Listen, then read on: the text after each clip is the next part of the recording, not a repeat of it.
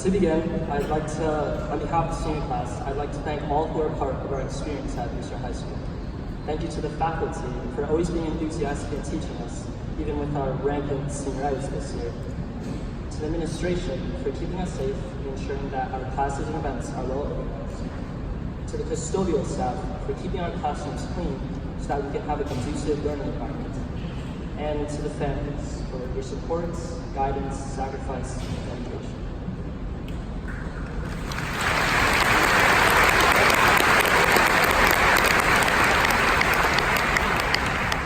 I would also like to give special thanks to Madge for always checking our homework, and Mrs. Blicky for teaching us that the mitochondria is the power of the cell.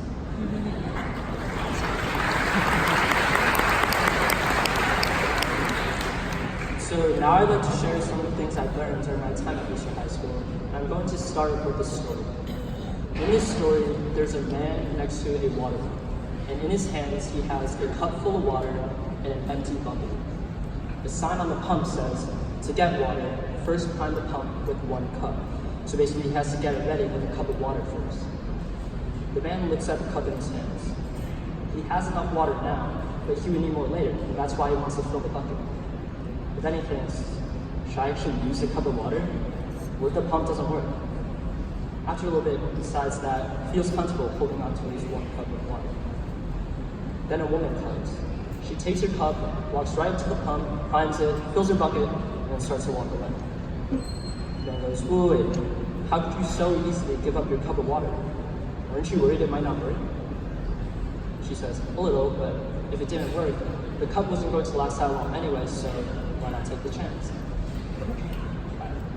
Now, using all those skills we learned in English class, we can analyze the moral of the story.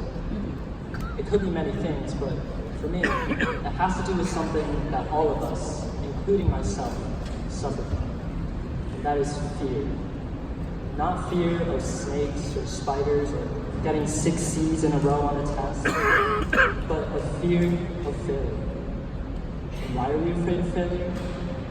Well, it's because we're afraid of being embarrassed and mocked. We're afraid of letting others down. We're afraid that we just don't have what it takes. This fear stands between us and our goals. And there are so many experiences that I wish I could redo because I was just holding myself back in fear. So I asked myself, how can we all overcome this fear?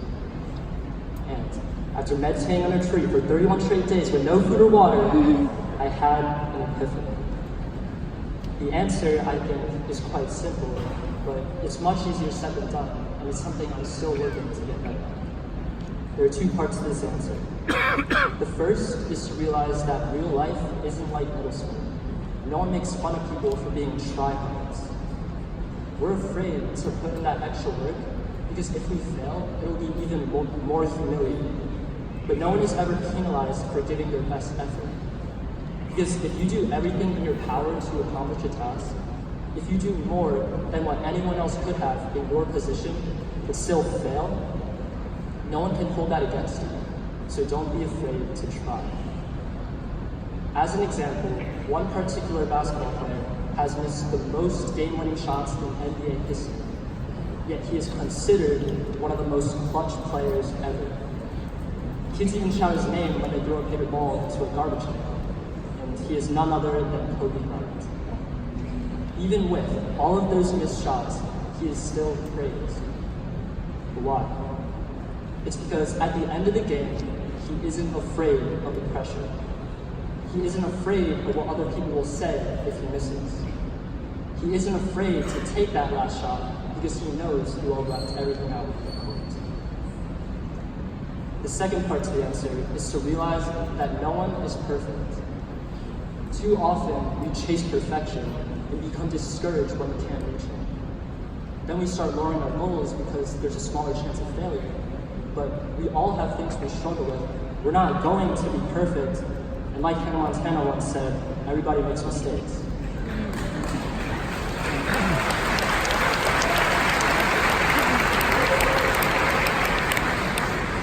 So what should we do instead? I believe we should stop the pursuit for perfection and shift our focus instead to improving ourselves and being the best that we can be. Aim for growth and improvement and strive to be the best version of yourself. And recognize that the greatest failure is failing to be true to yourself. Being true to yourself also entails doing what you love. But what do I mean by that? Because I love to play video games, eat Honey Nut Cheerios, and watch YouTube videos all day, but that's not very productive. What I mean is to find your passion. And if you don't know what your passion is yet, well, welcome to the club. We still got time to figure it out, but you'll be doing yourself a disservice by being afraid to try new things. So do yourself a favor and explore. Discover your passions. I like to end by pointing out that almost every successful person has failed at some point before finding success.